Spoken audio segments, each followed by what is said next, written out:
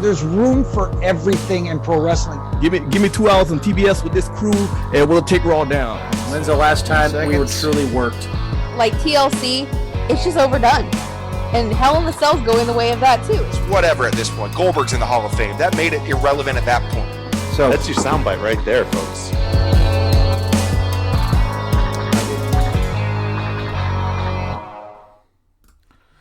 Well, rammer jammer and drop the hammer. It's time to talk some revolution here on the Bammer Slammer. What's up, guys? Welcome to the Bammer Slammer. A little Beatles throwback action for you. But I got our Fab Four here tonight, so let's talk some AEW Revolution. Welcome to the show. First of all, let me bring in the esteemed leader of the Smack Raw brand over here to my right. He is the lead, like I said, the lead host of the Smack Raw podcast. You can hear him on our end every single weekend on the Rewind, where they discuss various pro wrestling news and topics from the past week. He also loves to stir up controversy on our Unpopular Wrestling Opinion show, and his 10-second review clips that follow the major shows of the week are must-watch. He's a wrestling fan, a family man, and the resident AEW shill of the Smack Raw brand. Welcome to the Bammer Slammer, our fearless leader, Mr. Kyle Tyson. Kyle, you ready to talk some Revolution? Hell yeah, man. What is going on? I can't wait. F WrestleMania. This is the WrestleMania y'all need to worry about. Revolution, a pay-per-view for pro wrestling fans. Okay? I'm ready for it, my friend. Dear Tony, I wrote you, but you still ain't calling.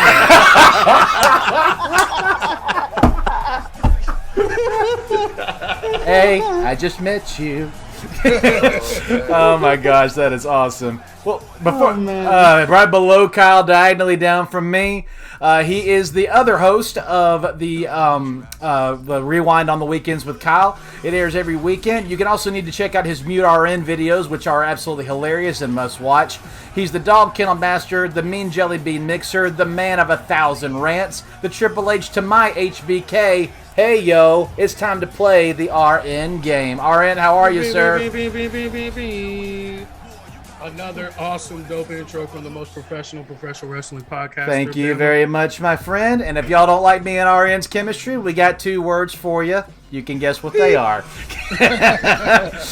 And then directly below me, our special guest this evening. She's a wrestling enthusiast. She's a writer. She's a blogger. She's the host of the Squared Circle podcast. She's a guest host on Tama's Island, a proud super fan of New Japan Pro Wrestling, a former network logger for the WWE, and she has the perfect name to be the next leader of the Dark Order. Everybody, welcome to the Bammer Slammer, Miss Marie Shadows. How are you this evening, my lady? I am great. That was a fantastic introduction. All you guys have is like this cute little thing going on, and I'm here like, well, I'm just a storyteller over here on this side. So we're going to have some fun with this. Well, see, I'm a big Adam Cole fan, so when you're on the Bammer Slammer, we bring the boom. So that's what... I'll accept it.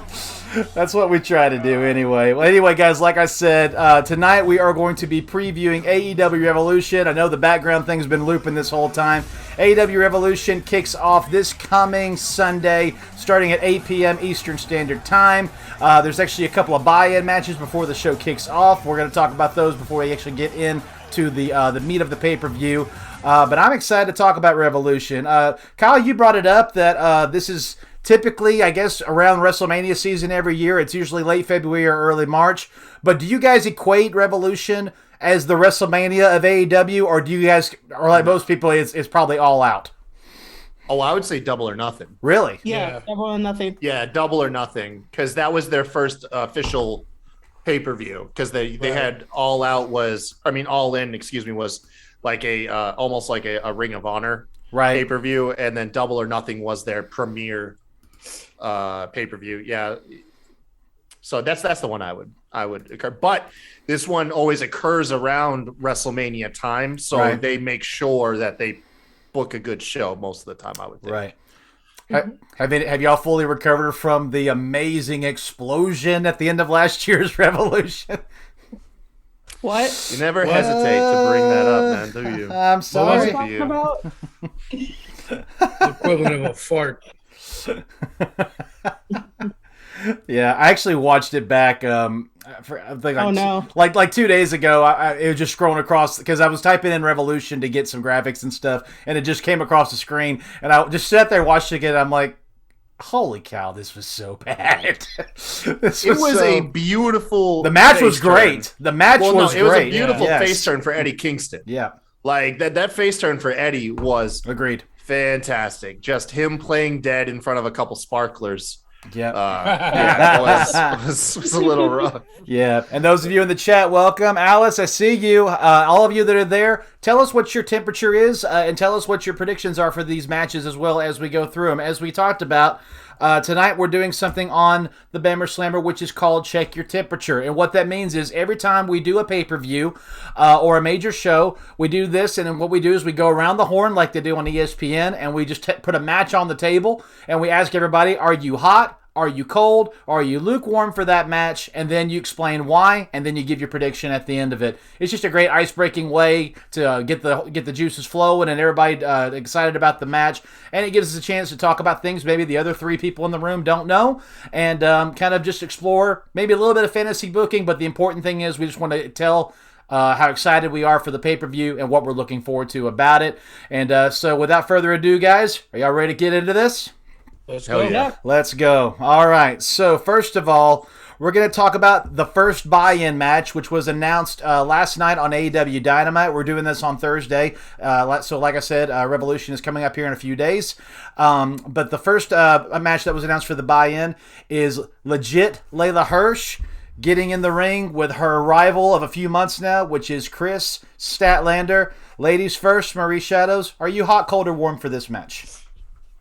My first thought was gonna be maybe on the warmish side, going to cold, just because I'm not too sure on the build-up. I have seen like some of the promos that like Chris will cut and stuff, but there's still not enough there. I mean, it makes it a great like opener for Revolution to get everybody settled in. So let's just go with warm. All right, RN, what do you think? Same thing. Like it was all right. Like I love both the ladies. I'm especially kind of intrigued about Layla. She's with her like kind of like shooter background. Never really seen a woman with that kind of style. You know what I'm saying? Like mostly like ground and pound and stuff and submission. So like I do like her a lot. Right. I'm warm for it. Like I said, like Marie said, the build up was the promos were good, but it's like you can't build a feud off promos. So, but yeah, I'd say warm. All right, Kyle, what about you? I'm going to equate all of my temperatures to the official Buffalo Wild Wings wing sauce menu. Oh my God. So I am Parmesan garlic warm for this match. It's right above their mild or cold sauce. Honestly, just for the in-ring stuff. I mean, the storytelling on the outside, the digs they took at each other have been all right, but I mean, if you haven't been watching like Rampage and Dark, then you've completely missed this feud. But from an in-ring standpoint, Parmesan garlic warm. I'm cold on this one.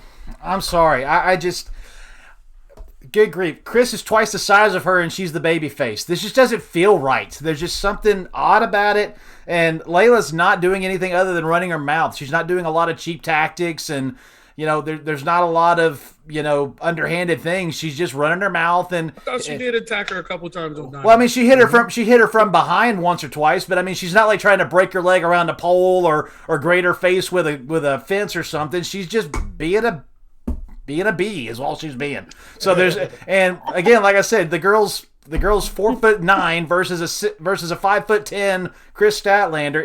It feels weird to me. It feels like, hey, these girls need something to do. We need to keep Chris in somewhat of a story because we like her. And I love legit Layla Hirsch, but she needs something else. I just feel bad for her. There's a lot of other things you could be doing with her, and I just don't like this angle, so I'm completely cold on it. All right, next match. We have Kyle's nemesis in AEW, Mr. QT Marshall, facing Hook. So, Kyle, I'm going to start with you this time. Hot, cold, or warm? I am Thai curry hot for this match. This is Hook's first like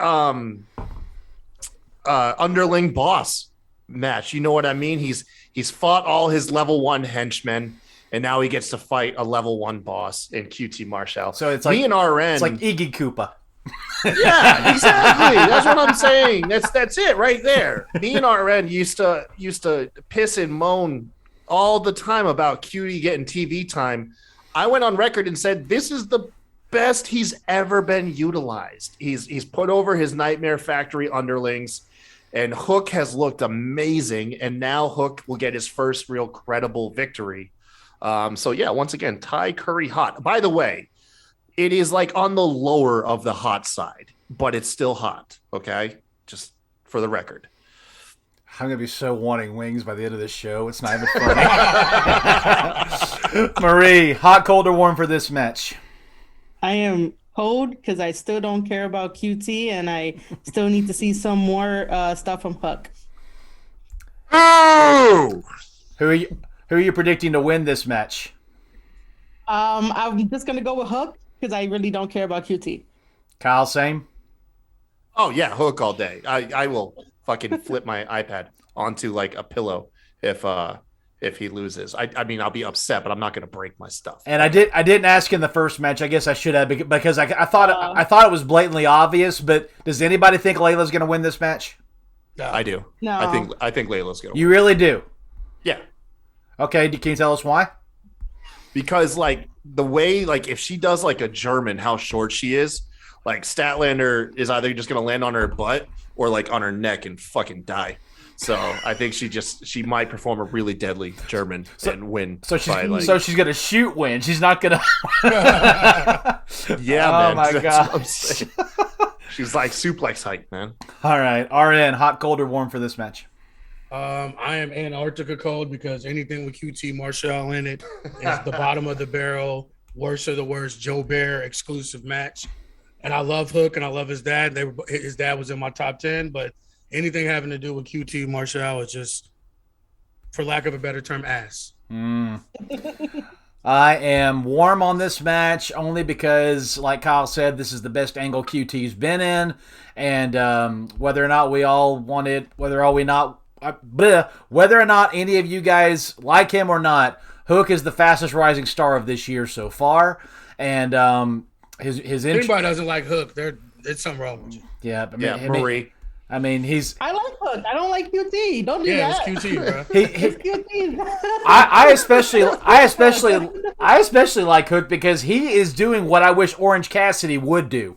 He's literally name any young guy like Dominic Mysterio. Yeah, just any young guy. Just like have a fucking edge. Exactly. Be more than like I'm just a young, happy wrestler. Yes. Like, Yeah. Right. Yeah, man. I agree. So yeah, I'm in agreement. Hook's going to win this match, and whether he wins by the pinfall or whether he wins by the Taz mission or whatever he calls his version of it, I'll be happy because QT will take an L and Hook will move further up the ranks. So that'll be good. What do they call it again?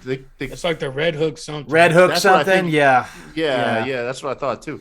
Yeah, but They call it the Taz mission, man. Like it's the same move. It's not like a different variation. It is the Taz mission. Well, And the worst part is you can't choke anybody out with that move. No, it is like the weakest, fakest choke ever. It's literally the fakest choke ever. Yeah. But Taz had to make it look like deadly as fuck though. I think Taz is just Taz, and I'm scared to death of him. I mean, that's pretty much what it is. All right, moving forward. Next match. Here we go. This is probably, in my opinion, going to be the opening match of the show. The Trios Tornado match. We have Sammy Guevara, Darby Allin, and Sting versus Matt Hardy, Andrade El Idolo, with Isaiah Cassidy, one half of Private Party. This time, RN, we're starting with you. Are you hot, cold, or warm for this match? Cold. I mean, it is what it is. Like, this is just like a filler match, like you said. Like with WrestleMania, they had to get these guys in a match and get them on the show. So Isaiah is definitely going to take the pin and get his ass kicked on this. So he's just in there for cannon fodder. So I'm cold on this one. Kyle? Did you just say this is a tornado match? Trios Tornado match, Yeah, yes. it is. No shit, no tagging. No, Just no tagging. 3-on-3. Let them brawl. go. Let them go. Well, mine just got raised up to Jammin' Jalapeno, which is on the warm side of things. For menu? Yeah. I told you, official menu. Buffalo Wild By Wings, the way, not being please adopt this shtick going forward because this is absolutely hilarious. Are you going to be ordering wings after this?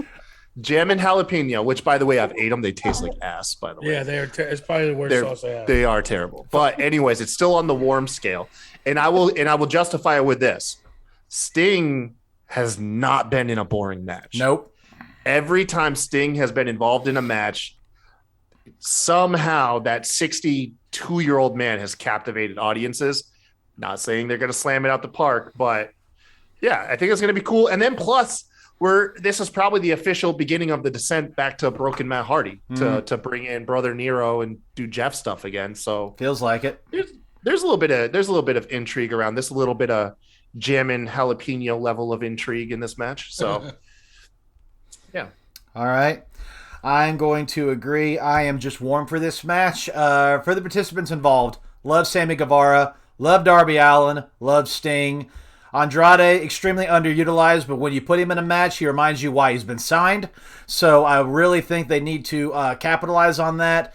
Isaiah Cassidy, he's great, but good grief. When's the last time Private Party had a legit match? They were baby faces. I am done with this stupid, he's in, and then he's injured, then the other guy's in, and he's injured, and they're just lackeys for Matt Hardy. Put some respect on Mark Quinn's name, all right? I love Mark Quinn, but I'm just saying, I am so sick and tired of Private Party just being those two guys that follow Matt Hardy around. They almost freaking won the tag team tournament when Dynamite started. They were that good. Yeah. I was blown away. I was like, okay, here are the next Hardy Boys. I was blown away. They beat the Young Bucks, man. They did in round one. Absolutely. You can't come out hotter than that. So, yeah, I'm cold on all of that. But like I said, because of the other guys on the other side who I think are going to win this match, I am just warm on the match. I think they've been a thorn in their side this whole time. I think Sting, Sammy, and Darby, like I said, I think it's the opening match, feel-good match. Hey, let's have some fun. Let's go crazy. The good guys get the win. That's what I think is going to happen. Marie, hot, cold, or warm? I am going to be cold on this one. Just because of who's involved. I do agree with your assessment of Private Party. They're from New York. They're from out here and they travel all over the world. I don't know why they needed the pairing of them with Matt and all this kind of shit. I do think that Sammy, Darby, and Sting, right? That's the team? Yes. Mm-hmm. I think that they're gonna pick up the victory in this one. I would have liked it if they would have just gave Sammy another singles match or maybe a triple threat match for that TNT Championship title to be defended rather than doing a trios match. But I am cold on this one. And by the way, Sammy, drop one of the belts, please. You look stupid. No, he doesn't. Yes, it's dope. It's dope as hell. I hate it. Bama, dress yourself up and down in gold and diamonds. No one's gonna say you look fucking stupid. Right. You will if both sets of gold and diamonds are the same identical thing. No, I'd be like, that dude's important. I'd be like that dude. That dude's so full of himself he bought his own knockoff. That's what I think. That guy knows how to spit bars, man. No, he bought his. That guy's an offensive lineman. No, sorry. This would be like Roman Reigns buying a copycat of the Universal Championship, putting it on the other shoulder just because he can. Stupid. But Sammy didn't buy that, man. He didn't buy that. It's not a copy. He won it fair and square. He didn't win nothing. It was handed to him. Mm-hmm. He won the one. Let's see your attitude once they have Roman walking around with two belts. The belts. Roman looks stupid. The belts aren't identical, and they're two different sides of the company. That's a whole different animal. Listen to this shill. Listen to this guy spit his narrative. You are the only person, you and RN are the only two people I've talked to that actually like it. Everybody else I've talked to said it looks ridiculous because it's one title. We're the only people with credibility that you talk to, so. That's true, too. Your record and the prediction picks say otherwise. Next match. All right. Match for the TBS Championship. Jade Cargill defends this championship against number one contender for it, Miss Ty Conti.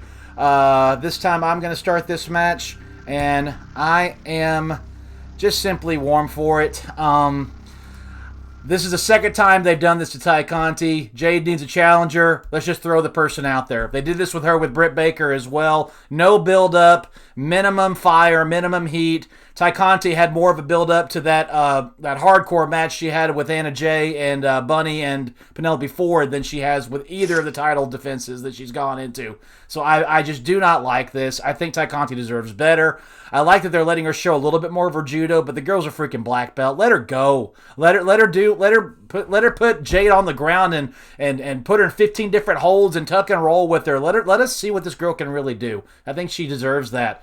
So, but having said all of that, at the end of the day, it's going to be an okay match. They'll give them a little bit of time, but they're not going to let Jade drop the title this soon. I love you, Ty, but now's not your time. Marie, hot, cold, or warm? Cold for this one, just because I didn't even like the way that it happened. Jade being like, who's next? Gonna still get the Goldberg moniker too, which it works for her, but it's still like, really? Tay coming out, saying her promo, and then running to get up into Jade's face and being like, I'm gonna beat that ass, and I'm like, but there's nothing happening. Like, yep. What did so then beat her? So then beat her. Exactly. Right? She should have like punched the shit out of her as soon as she got into the ring.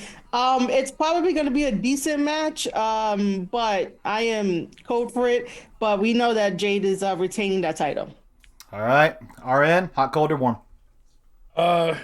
Right off of cold into warm. Like, it's going to be a decent match. The host championship being put up for grabs. You know what I'm saying? That's pretty dope. But I don't know, like you said about with Ty, how much better she is than Jade. Like, I want to see like how this works out. Like, does she help Jade and make Jade look good, or is it just like does it end up being such a gap that you see some chinks in Jade's armor? So, I'm warmish. Yep, Kyle.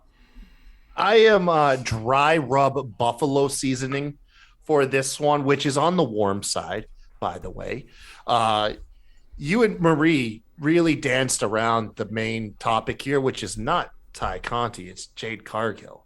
Like, Jade right now, they are doing like AEW. Honestly, I know they're not perfect. They haven't done anything perfectly, but the way they've treated Jade Cargill has been damn near perfect as far as shining a light on her strengths and attempting to hide her weaknesses.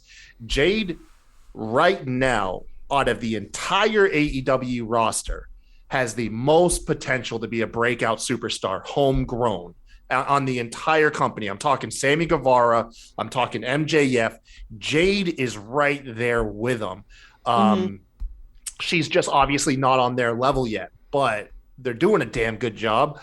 And for that reason, I'm just excited to watch her journey, because I believe we're going to be years from now talking about the greatness that is Jade Cargill. And with that belief I still get excited for her pay-per-view matches, even though I know they're not going to probably be 5-star classics. Right. And the thing about it is, like, she's great already. She's just not great in the ring. Like, right. Everything else about her is great. The character, even her mic work, it's sloppy sometimes, but for the most part, what she's trying to get across comes across. Like, she's a fucking superstar. It's just she needs her in-ring work to kind of catch up somewhat to what the rest of the package is, but she's already a star. Like, she's leveling up. As time goes on, she continues to level up. I do agree with you, Bama, though. I'd love Tay Conti, and that chick could be a champion herself. It is kind of, you almost feel like they're like, hey, Tay, you know how to get somebody through a good match. Like, she's their Dolph Ziggler. She really is. That's a great comparison. Yeah.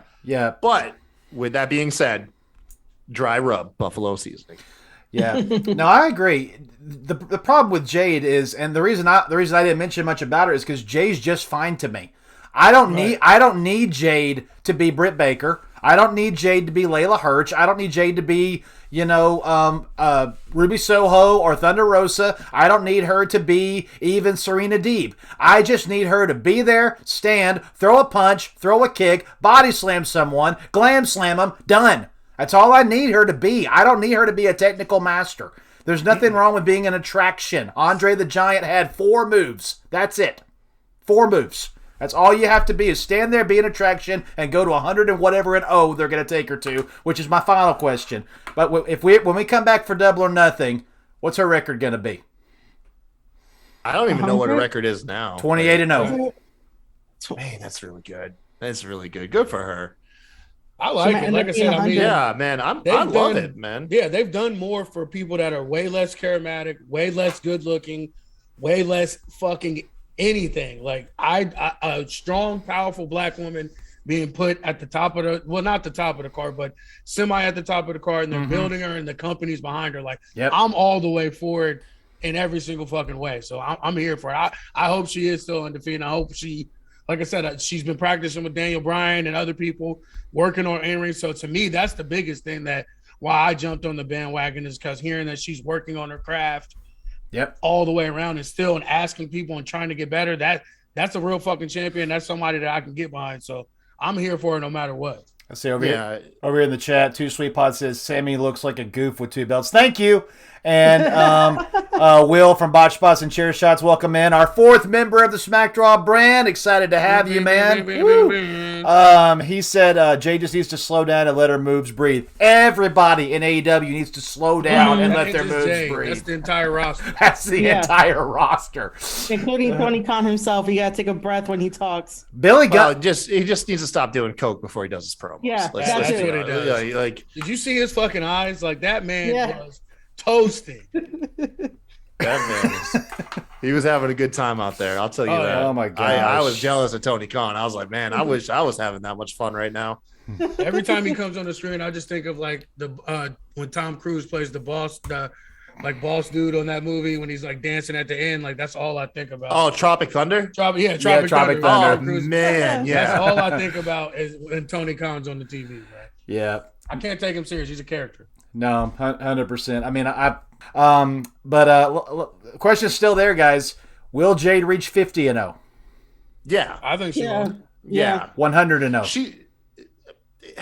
It's just storyline wise, maybe not actually, but storyline wise, probably yeah. I mean, if it's kind of like what we said about Roman Reigns, and when we were talking about his reign, it was like it's hard to determine how long it should be. It's based off of just the quality of what's given to her. Right. You know, and being that it's the secondary title too, so she's going to get more matches than Britt will. Yeah. Right. And it's not sacrificing anybody on the come up or sacrificing somebody's spot on the card because it is the secondary title. So that's, to me, that was the smartest thing they did. Was 100%. She really didn't need a belt, but if you are going to give her one, don't give her the world belt. 100%. Like, so that to me, that was the smartest thing they did. Anybody else would be drawing a comparison to Britt every time they're out there. Jade Cargill just has that weird uniqueness where it's just like you don't compare her to other female wrestlers on the roster. Like, like she really is her own thing. That's why I said when people complain about her in-ring work, I'm like, I don't want her to have a lot of in-ring work. She's not supposed to be that. Let her be. She's supposed to be Goldberg. If her match goes longer than 3 minutes, she's gonna start getting exposed. She needs to. I mean, are you saying you don't want Jade to have good in-ring matches? I want her matches to matter. The character is more important than the moves. I want her matches to matter. I disagree. Well, you're wrong. For once, I agree with Bam on this one. Who cares if you can do all the moves? If the moves don't mean anything, they're just moves. Oh man! And that one is a spicy sauce, Kyle. Next one. Emma's dad singers are way worse. He's like, that's some desert heat right there, man. Some dry rub desert heat. Anyway, moving on to the 3-way AEW World Tag Team Championship match. We got Jurassic Express defending their tag team titles versus the Dumb Chucks and returning Red Dragon, Kyle O'Reilly and Bobby Fish, who won the Battle Royal Tag Team Battle Royal. Young Bucks, who just won the Tag Team Gauntlet match, which was also a Battle Royal. That was weird. Anyway, it was still a cool match to watch. But triple threat match for the AEW World Tag Team Championships. This time, Kyle, we're starting with you. Hot, cold, or warm? Okay, so I am definitely and I'm going to go with just hot.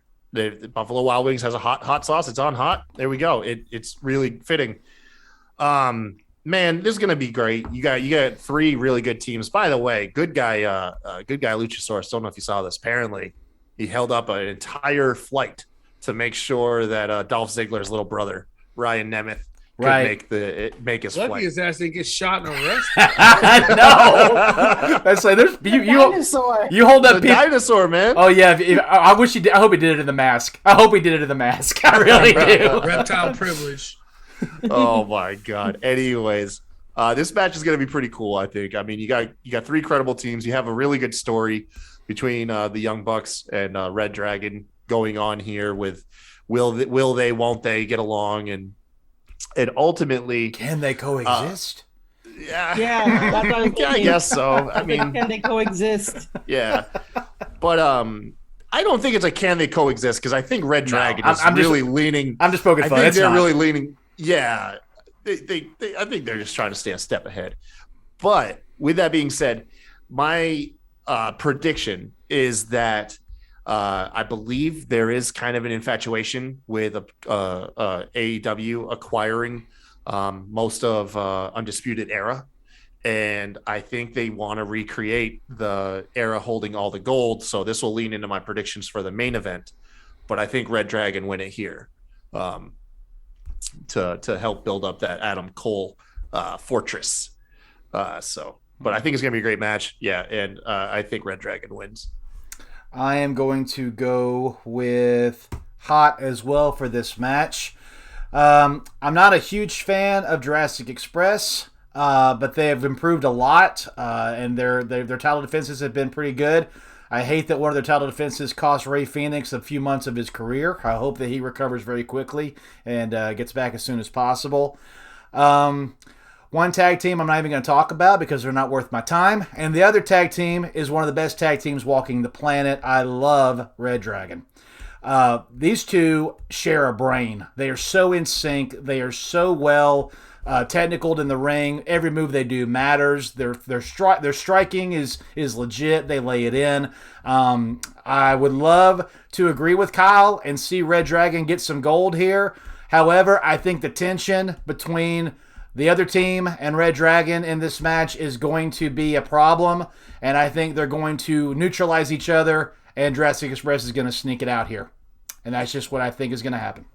Everybody in the chat, proclaim Bama's love for the Young Bucks. Just blow it up in the chat. Bama loves Young Bucks in the live chat. They know me too well to know that is a bold-faced lie because I love wrestlers. I don't like acrobats. Anyway. Hashtag it too. All right. Marie, hot, cold, or warm for this match? I'm actually going to be nice and say warm, just because I know that it's probably going to be a good match. So in-ring ability is going to be good, even though we're going to get like a lot of high spots and a lot of spots anyway. I do think that Jurassic Express is probably going to retain it only because they just got the belts, and they're still young and carrying the company with the tag titles. And I do think that because the Young Bucks and Red Dragon still has this like tension going on, and it's sort of like a who could one up who now type of thing. I think they're going to keep going at it until eventually they'll get to that point where they'll face again for the titles. Yep. I feel the same way. Real quick before I get to RN, Blowout Man, what's up, man? And Kevin Crazy, it's good to see you, dude. It's been a while. What's up, Kevin? Yes, Kevin. Acrobats. That means guys that all they care about is what they do athletically. They don't actually sell or register moves. That's what acrobats are. And then, they sell more merchandise than almost any other tag team on the planet, and they make a ton of money in the pro wrestling industry. So, yeah, they're two of the best pro wrestlers on the planet. So Facts. Nope, they're two of the best performers on the planet. They're not wrestlers. I'm sorry. Yeah, they are not wrestlers. Yeah, well, you get their merch where? Pro Wrestling Tees. I don't. You get their merch at Pro Wrestling stands. I definitely don't get their merch. Oh, you will. You will. Wait till your birthday, I'm the only one here wearing a Young Bucks shirt. And if you send me a Young Bucks shirt, I swear to God, I will burn it on camera. You will wear it. I will burn it on camera because it is a gift from a friend, and that's a hurtful thing Friends to do. don't let friends cheer for the Young Bucks, my friend. Okay, I don't know about that, but I'll keep that in mind. Well, I am actually hot for this match as well. Go for and it, I money. think that the Bucks are going to win this, and then we're going to get a feud with Red Dragon. And the Bucks are characters. They are wrestlers. They single-handedly put New Japan back on the map and a couple other companies as well. Bama's hate, I understand it. It's not warranted, but I understand it. The Young Bucks are one of the greatest tag teams ever, Bama. Ever, You're man. on the wrong side of this one. All right.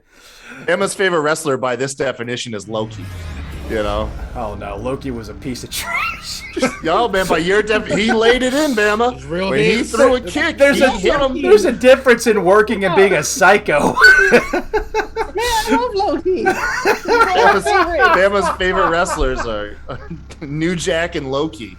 No. Like when New Jack stabbed you, you bled, all right? And you, No. Fine. yeah. No, I like workers, not psychos, dude. There's a difference. All right. New Jack stabs you. Oh my. That's a T-shirt, by the way. That's a That is definitely a T-shirt. fucking T-shirt. Oh my gosh, I want to see the design for that.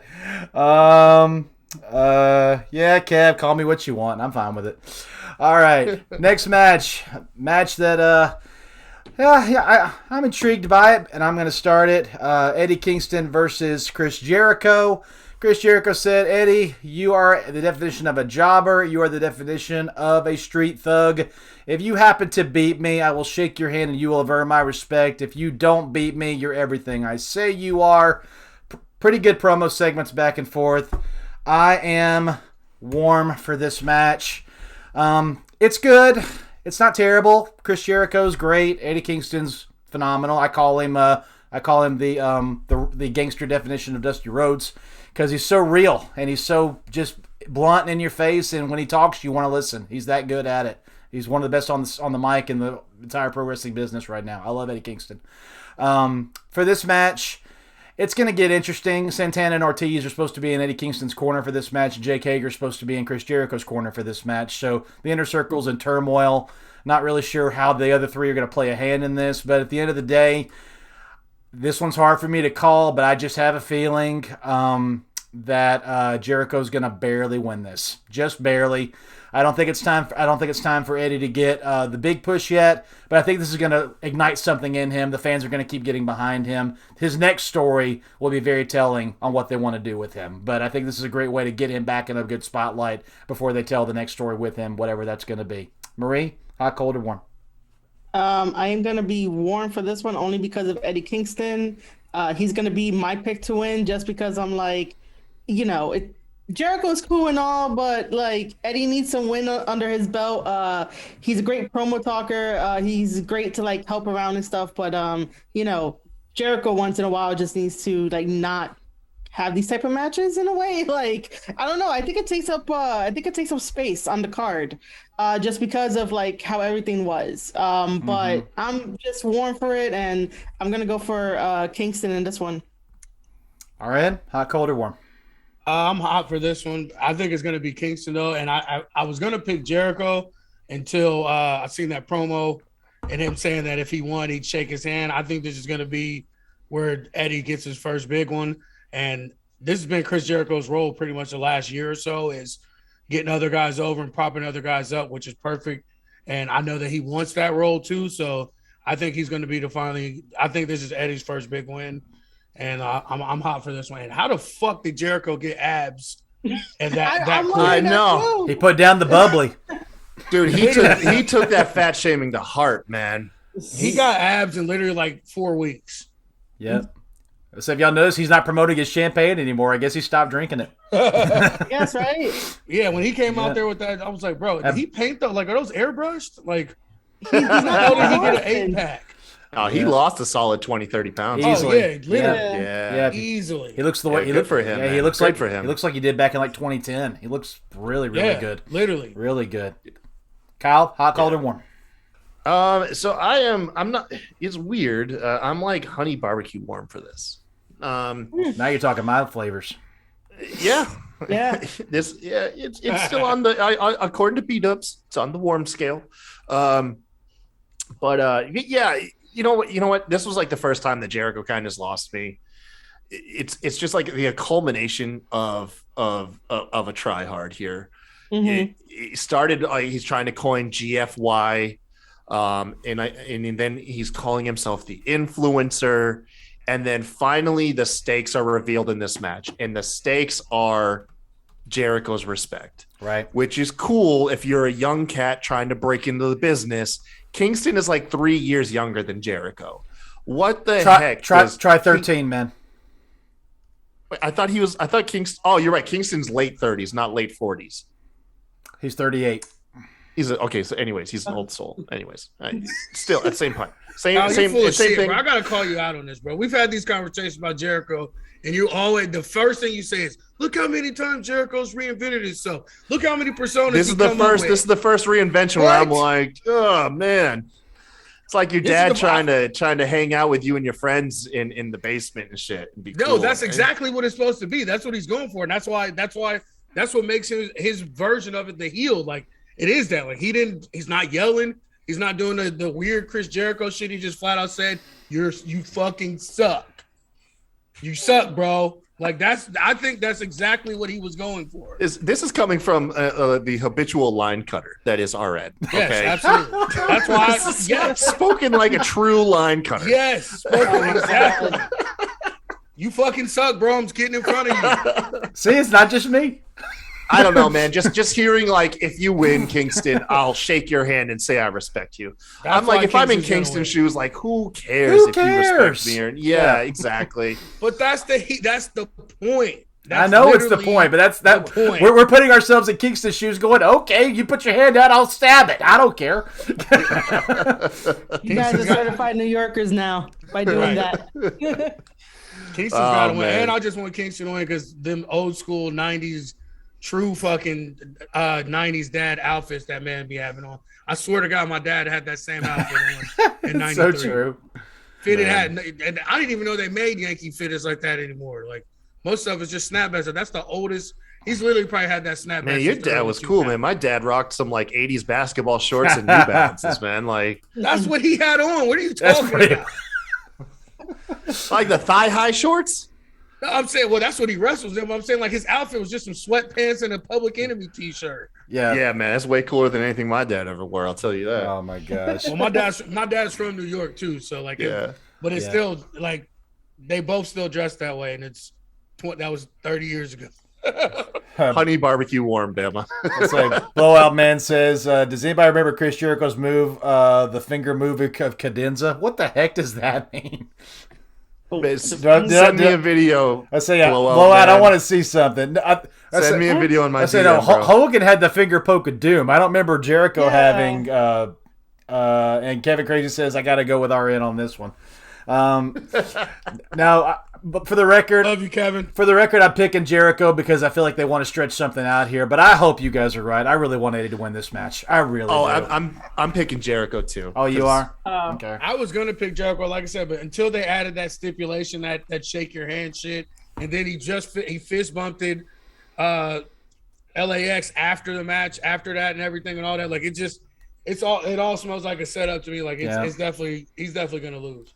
Yeah, I just think I hope so, man. Kingston needs to start winning. He does. He needs to stop being the really, really popular guy that always loses. As soon as Jericho started saying that, I automatically thought this is going to be. Well, like I said, that's Dusty. Dusty Rhodes lost a ton, and then when he finally started winning, he won the belt. So I feel like it's the same booking. I feel like Tony Khan's thinking that way with Eddie Kingston, but we'll see.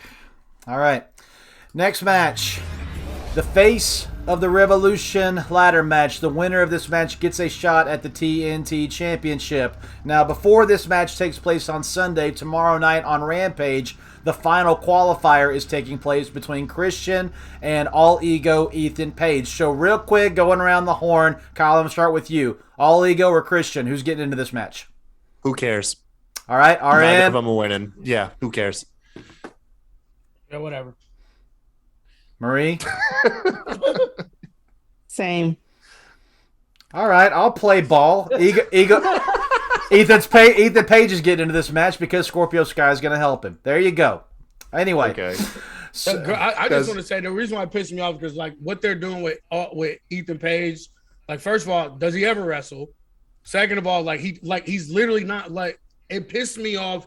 He could be at the top of their card and he easily could be on MJF's level too on the mic as well, making people hate him. But like what this is like, why did you leave Impact? Like at least you're at the top of the card, like actually, wrestling on Impact. Like this is the thing that with them signing up everybody, like there's not enough room and there's not enough TV time. Yeah, Ethan Page should be in the main event, or at the very least in the TNT title discussion and in those matches. Like him just sitting around letting Dan Lambert's ass come and talk for him every 2 weeks. Shit is bullshit. Like that's why I'm like, whatever. Hadn't seen Dan in 3 weeks or 4 weeks now.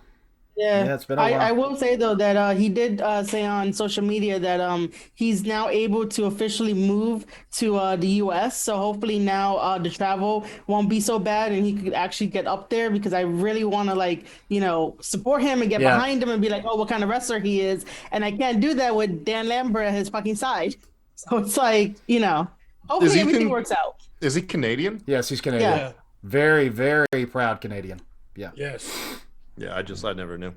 Yeah, 100%. So let's assume that Ethan gets into this match where he's going to be joined by Orange Cassidy, Keith Lee, Powerhouse Hobbs, Absolute Ricky Starks, and Wardlow the Machine. Let's see. Marie, we're going to start with you. Hot, cold, or warm? Man, before I pick what temperature it is, I do want to say that I think that AEW should just get rid of this gimmick match. Thank you. I don't want what happened to Scorpio Sky happen to any of these guys. About to. So for it, I am cold, unfortunately, because there are a lot of good names in the match, and I probably should be excited for it.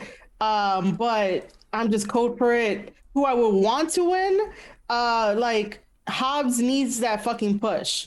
So my pick would be Hobbs. That's who you want to win, but are you picking him to win, or you just want him to win? Yeah. I'm picking him to win. Okay. RN? Yeah. Marie, I normally cherish all your takes, but that is the assest take ever. Ass. Trust me, I actually do. I wouldn't mind him winning either. But first of all, I'm hot on this because of who's in it and what's going to happen, but I'm actually really cold because why would you pick all your so-called big guys and giants for a fucking ladder match? That's the first thing. We got Orange Cassidy and Ricky Starks. Yeah, all right. So but everybody else in the match is 250. It's not. They don't have enough meat in this match, if you ask me. I want more hosses in this match. No, that's the only reason why it makes no sense to me. And this man loves the Young Bucks, people. Wardlow's gonna win this match. I wish that it wasn't Wardlow. I actually wish it was either Hobbs or Ricky Starks for real, but Wardlow's probably gonna win this. I mean, he's clearly on the warpath. I that match versus dude from the Nightmare Factory just completely shattered any illusions I had for Wardlow. He's literally my height. He's 5'8". So I'm. You're out of your mind. Bro, Wardlow's at least 6. Wardlow is not 5'8" because MJF's look at those. MJF's 6. Look at the inserts on his boots, bro. They're 3 inches. Bro. MJF is 6 foot tall, and he's 3 inches taller than him. He's 5 foot. All right, 5'11". He is at least. He's 6'2". So what is MJF? Is MJF cutting promos on his knees? What the heck? That's wrestlers' heights and basketball players' heights. I never fucking believe. If they say he's 6'2", that means he's 6 foot 5'11", maybe. And you take those giant ass clogs off that he wears, I guarantee you he's 5'11", if that. And you saw what's dude from the Nightmare Factory? He was 6 inches shorter than him. So if he's 6, so you telling me dude is 6'7", 6'8"? Why not? Probably. Yeah. No, none of those dudes. Those really giants got to start somewhere, man. Why not Cody's garage? Wardlow's not a giant. He's just a normal guy. The Nightmare Factory guy. Yeah, the Nightmare Factory. Yeah, that's what I'm saying. Nightmare after Factory seeing him, I think that was the dumbest shit ever. Putting him. Apparently, Sean Spears is an inch taller than Wardlow. That's what I'm and he is a normal. That's what I'm saying. This dude is. He's 5'11" tops. Says Sean Spears is 6'3", man. He's 6'3". He's taller than me. I'm 6'3" with my sneakers. Ty Dillinger and Randy Orton had matches, and Randy Orton's 6'6", and Ty was just up to his chin. So no, I don't buy that. That's what I'm saying, bro. This dude's 5'11", bro. All right, Kyle, hot, cold, or warm, and who you picking to win? Kevin Crazy says Wardlow. He saw Wardlow in person. He says he's definitely 6'2". I know he is. Yeah, I know he is. Dude, he saw him with his clogs on in the ring. He didn't see him in normal. He saw him with his inserts. I love the stuff that gets all of us fired up is the most random stuff. I am mango habanero hot for this match. Man, I think these. Dang it, you're making me hungry. That's a good flavor too, by the way. That's Yeah, the best. no, it's that's really probably good. the best sauce. That and Asian Ting are the best. I was saving it for a good match, you know. All right, sorry. But no, mango habanero. It's I think they do these ladder matches with big dudes pretty cool. I think about Brian Cage when he was in that poker chip match or whatever it was. And I thought that was pretty neat. I agree with RN. I think Wardlow. I think Wardlow's taking it. I know some people are thinking Keith Lee, but I think the natural progression. Not this soon. Not this soon. The natural progression of like Wardlow's story, I imagine, is him getting that TNT title, MJF getting the win over CM Punk, and then the real struggle for the face of that group and their tension. And I think Wardlow having that belt is the catalyst of what finally drives him away from MJF. So yeah, Wardlow wins. I think it's gonna be a great match. What's wrong with the gimmick, by the way, Maria? I genuinely actually am asking. I'm not actually trying to come at you. I forget what's the problem with this match. I just think it's stupid to name it the face of the revolution. Like, if you're not going to do anything with it. When they first introduced it, like, it could have been a good idea to push somebody to be like, yeah, you grabbed the brass ring and shit, but Scorpio Sky amounted to nothing after that. So I'm just I got like, you. Yeah, it's just the gimmick name of it. That's it. Did he even get his title shot after winning that? I don't think. I don't think he did. I think he complained about it. Yeah. Yeah, in a promo. Oh, so in that case, I agree with you, Marie. I think they should drop that whole esque and just number one contenders ladder match. Yes, that's simple. What RN? What do we always say? Stop overthinking it, man. Keep it simple, stupid. Just Well, no, what it is stop talking about WWE. That's all this is. It's like a dig at WWE with the brass ring. That's all it is. Listen, that didn't even strike me as WWE. That struck me as Sonic the Hedgehog. That's Money in the Bank, dude. I'm saying like this came out like right after that interview with Vince or whatever with the whole brass ring. Yeah. Just that's like all this was. Just like Blood and Guts was created after he cut that promo on it. Yep. Mm-hmm. Yeah. Okay, I actually kind of liked that. I think it would have been a lot better had they gotten the match when it was supposed to happen. Just call it Armageddon Hell in a Cell, for crying out loud. That's what it was, pretty much. Fuck you, Bama. Hey, and RN, you know I love you, dude, but if they stop talking about WWE, it'd be about an hour and a half of dead air every single episode. So that is not that's true. That's the one thing I have about them. Is like, stop throwing rocks at the throne, bro. 100%. Mind your business. Yeah, just go out there and do your thing, and everybody will love you for that. 100%. Now I say calm down on them. Just increase the quality of them. Don't stop altogether. Just make sure when you do throw it, have they some always really just good seem ammo. like the dude that got broke up by his girl. Yeah. That's all this is. That's all this is. That's how it seems to me. That's all this is. Like, let it go, bro. It's over. If they got the phone call tomorrow, they'd be like, "Oh, first of all, I apologize for everything I've ever said about you." So, exactly. Look at their executive vice president. 100%. 100%. All right. I am warm for this match, pretty much only because I feel like it's too predictable, and that's the only thing I don't like about it. I feel like this is Wardlow's to lose, and there's nothing wrong with that. I think it's time for him to get the push. He's earned it, and I'm looking forward to it. I do think he's going to win this match. Everybody in this match will have a good showing. I especially think that I think if All Ego gets in here, I think this is where he's going to cut loose, and he's going to almost win this thing. And I think Wardlow will be the only person that stops him from winning it. I hope that's what happens, because Ethan Page deserves that. I think Orange Cassidy will lay under a ladder and stay there the whole match, because that's what his gimmick implies that he should do. And I think Keith Lee will. I really hope Keith Lee pounces Powerhouse Hobbs into the third row. That was what I would love to see. If he doesn't do it to him, do it to Ricky Starks. That'd be even better. I want that Ricky Starks. I think feud, that would man. be great. Yeah, that would be great. I want Keith Lee to get that FTW title. And I agree with you, Kyle. That's the title I think Keith Lee's going to get, is the FTW Championship. 100%. Yeah. I think that's the one you need to put him in the ring with. Him and Hobbs going back and forth for a few months will be just fun. I would love that. 100%. But no, I think Wardlow will win this match. He will get that TNT Championship. And when we get to the match with MJF in a little bit, we'll talk about what's going to happen later on in the night, because I do think this match will come before that match later on in the card. So moving forward, let's go to Another interesting match. A little while ago, Bryan Danielson held Jon Moxley after the match and said, I want to do something with you. Let's take Scorpio. Let's take Daniel Garcia. Let's take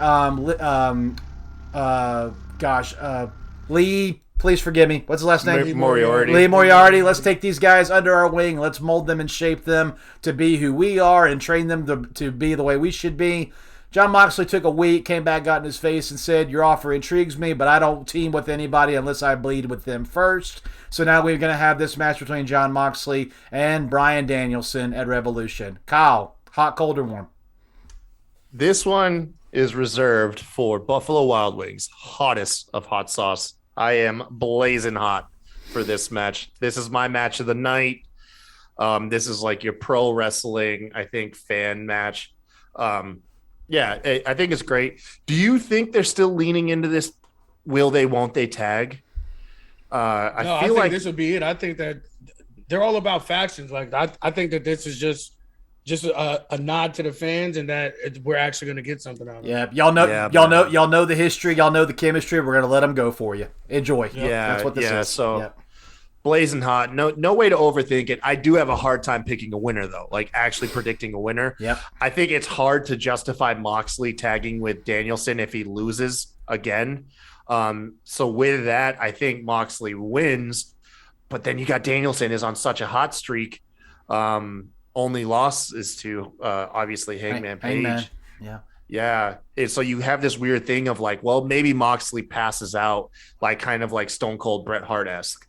That's where I was going. Could be. Yeah. So or Danielson passes out in the Bulldog. Yeah, man. So yeah, it's true. You know what? Actually, the Bulldog choke. Did not think of that. That's going to push me over to Moxley. I'm going to say Moxley wins. Okay, I am in agreement with Kyle. I am red freaking hot on this match. I'm so thankful. Moxley looks the best he's ever looked, not only physically but mentally. You can tell his head is clear. He is clicking on all cylinders. He is loving his life right now, loving his wife, loving his new baby, and he's loving being healthy in his mind and in his body. He looks like a rejuvenated Moxley, and I cannot wait to watch him be unleashed in this match. He held back because of the guy he was in the ring with before. Bryan Danielson is going to chop him. He is going to kick him. He is going to punch him. He's going to stretch him, and it's going to make Moxley angrier and angrier and angrier until finally this could break down into a shoot for about 30 seconds. I'm not kidding. This really could, and I'm here for it. I'm looking forward to it. This is also a very hard one for me to pick. I think honestly this could come down to referee stoppage of somebody not technically giving up but passing out, or this could come down to both guys just cannot get up anymore. I really think we're going to get color in this match. Yeah, you don't drop the line unless I bleed with you first for no reason. So this is going to be interesting for sure. I really hope that Hangman Page and Adam Cole don't go on last, because between this and MJF's match, that ring match just going to be like a pool of blood by the end of the night. Cole and Heyman are going to go last because Tony Khan's already said they are. He wants the AEW Championship always in the main event. So it was more of a joke, but yeah, I got you. Yeah. Oh, you sounded serious. So I was just going to help you, but yeah, I personally with you, I don't agree with it. At WrestleMania 26, Shawn Michaels, The Undertaker was a non-title match, and it was the main event. If that's the best story on the card, put it in the main event. That's my belief, but that's not what he wants to do. But anyway, I'm going to pick Moxley by the slightest edge. I think him winning will be what he needs to get out of his system and then team up with Danielson. Because if Danielson beats him, I don't know if Moxley will want that. I think Moxley wants it on his terms. I'll team with you if I beat you. I don't feel like it's going to be the way around. But that's just me. Marie, hot, cold, or warm? I'm going to go with warm intrigue on this one. Okay. I'm looking at it from a bigger perspective rather than, just like a really close up. I do think that if you're going to be telling Danielson that I don't team with anybody unless like I bleed with them. I think the win is gonna go with Moxley, and I'm not too big on always cheering for Moxley or like supporting Moxley, because to me he's a hit or miss depending on what he does. But this one here has like really good stories, so I'm picking Moxley as the winner. However, it would be kind of interesting if we get a draw where like both of them pass out or something, or it's like a referee stoppage, because then you could sort of like prolong it to something else and see what happens, further down the week. But I'm basically warm for this, and I will go with Moxley. Yeah, that's exactly what I want. I want this to end in a draw, but if there has to be a winner, I think Moxley feels more legit to me. RN, hot, cold, or warm? I was actually going to pick a draw as well, because I felt like that would be the perfect way, like you said, like Marie said, to kind of keep it going, but also let the, like where we all win at a draw. But I'm going to pick Moxley in this one just because he's been out for so long and he hasn't really had any high profile wins. And I think that's what another reason why Daniel Bryan was there as well, is to kind of help, elevate the people that are there. So I think that's going to happen. I'm ready for this faction. Like I am fully behind whatever this turns into, even if it's just them two. Like I hope it's not them two. I hope they do like a, like a fucking, just like a weird like menagerie of different guys, like in different styles and shit, like almost like Catch Point and Evolve, where like it does, none of their styles mesh or make sense, but they're there to learn, they're there to be better, and that's what gels them and makes it work. Yep, like that. And I think Daniel Bryan said that too on one. I forgot where I seen that interview at. He was like, imagine if you had a guy that was trained by the best brawler in the world, which is Moxley, and the best technical wrestler in the world was me.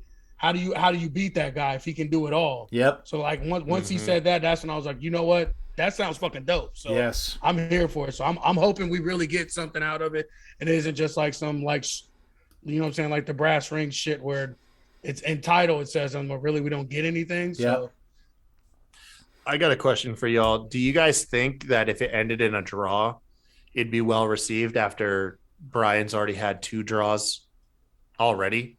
That's why I thought about that too, and that's why I kind of changed it. I wanted it to be a draw in my head, but I was like, man, 3 draws in such a short period would be kind of tough. The way go ahead, Marie. I'm sorry. I was gonna be like, I honestly don't care, just because Danielson is so good. I don't think it really matters. I don't think it hurts anything in the long run with his story, because even the greats had to get their draws in once in a while, because you always come across that great opponent and like competition where like sometimes they kind of do best to you on your best night. So I don't think it hurts them. Whatever the fans on Twitter are gonna complain, they're gonna complain, but like it doesn't hurt Danielson at all. Yeah, real quick before I get my opinion on that, over here in the chat, Kevin Crazy said, wow, this match. And then he said, Daniel Garcia, gimme, guaranteed the dude eats blue cheese with his wings. Here we go. And I think the previous 2 draws were different than this one's going to be, because if this one ends in a draw, it's like I said, because both guys can't go anymore. Because there's too much done to each other. They can't get up. I think if it ends in a draw, that's the reason it ends in a draw. So that's just my opinion. I don't think we haven't had in the history of AEW, which blows my mind. This is also a reason why I get on the officiating all the time, because you could use this stuff for stories. But we haven't had, I don't think, in AEW a double 10 count because both men can't get up. No, we haven't. We haven't. This would be a great time to do that. So I agree. No, I completely agree. Yeah. I just don't. I don't think it'll happen. That's the only thing. Is like, for the sake of the story, I think that's the best. Yeah. Yeah. Exactly. Yeah. I agree. 100%. And I'm going to step out here, but I don't care. I think Daniel Bryan is this generation's Bret Hart. Oh no, nobody's going to argue with that. I'm saying I'm putting it on record. The dude is so technically sound, but also such a brilliant psychologist in the ring. Everything he touches makes sense, and I love that about him. Everything he does makes sense. I hate to say it, but I think he's leagues above Bret Hart. I was about to say that too. I think he's better than Bret Hart. Yeah, I know there's a lot of people. Bret deserves all the love and admiration, man, but Bret Hart put me to sleep with his promos. Where Brian on the mic, I agree. He's definitely ahead of Bret. But in the ring, I'll call them equals. I really will. I think he's better than Bret in the ring, because the martial arts background on top of that, and the different places that he's been, and he's succeeded everywhere. And he's like, I know Brett kind of like did the same thing kind of, but like Brian really did it in the time where like this shit wasn't accepted like that. Like he put that style, I don't want to say on the map, but like he brought it to a larger audience. I definitely agree with you. I definitely agree with you. Just I'm in the middle of the Attitude Era right now because I didn't watch it live when it was happening, and so I'm watching a lot of Brett's matches right now. Brett's moveset is so different because it's more. Him and Owen. Him and Owen both, like their shit was. That's what I'm saying. But the reason I'm putting in comparison is because Daniel Bryan, the way he executes his moves as well as works for the match, is the exact same way Brett did with his matches. The exact same way. Yeah, but you're not getting any argument here. Yeah, where you could tell when Brett put a hold on, it looks like it hurts and it means something. Daniel Bryan's the exact same way. That's what I love about him, 100%. I think the Young Bucks share that quality sometimes too. Absolutely, with their super kicks. Yeah, man. Next match. Match for the AEW Women's Championship. Dr. Britt Baker, DMD, defends her AEW Women's title against the pride of the state of Texas, La Meta Thunder Rosa.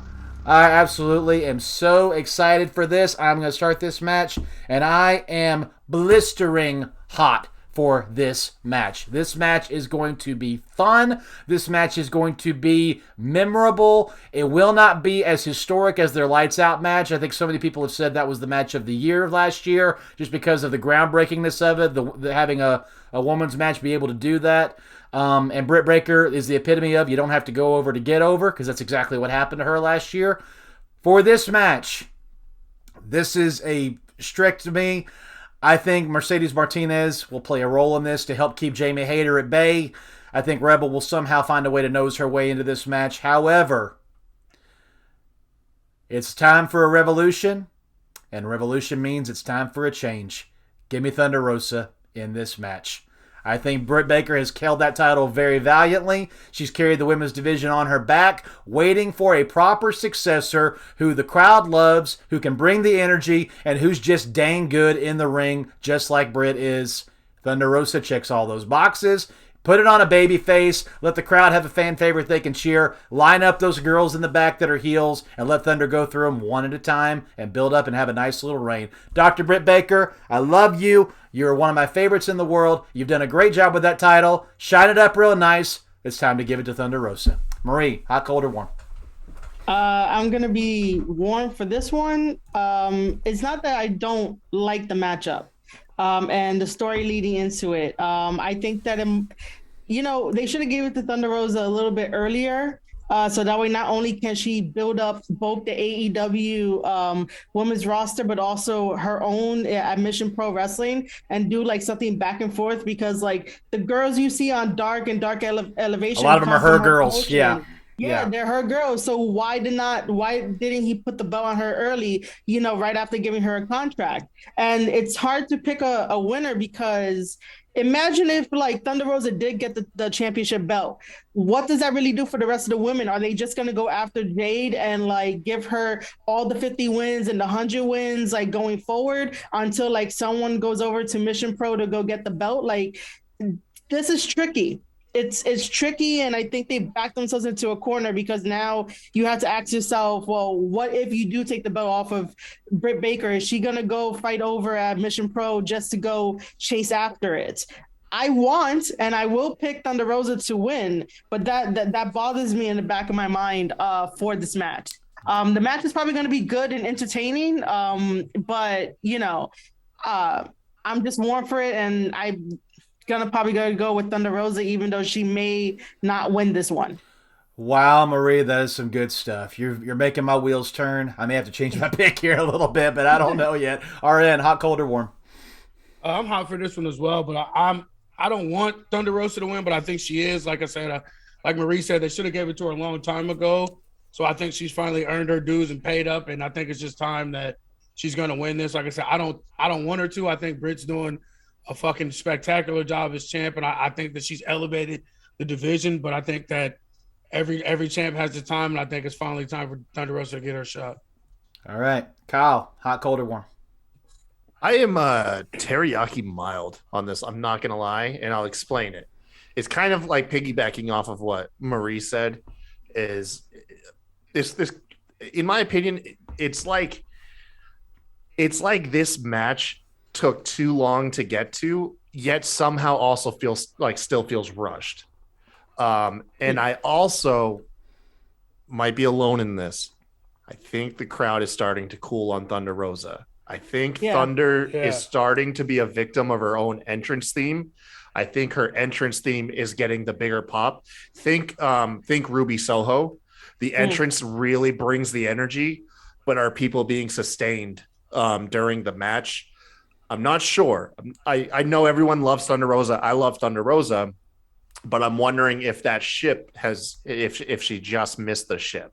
As far as who I think will win, I think Britt Baker is gonna pull one of my favorite scenes from The Wolf of Wall Street here, where he just says, "I'm not leaving."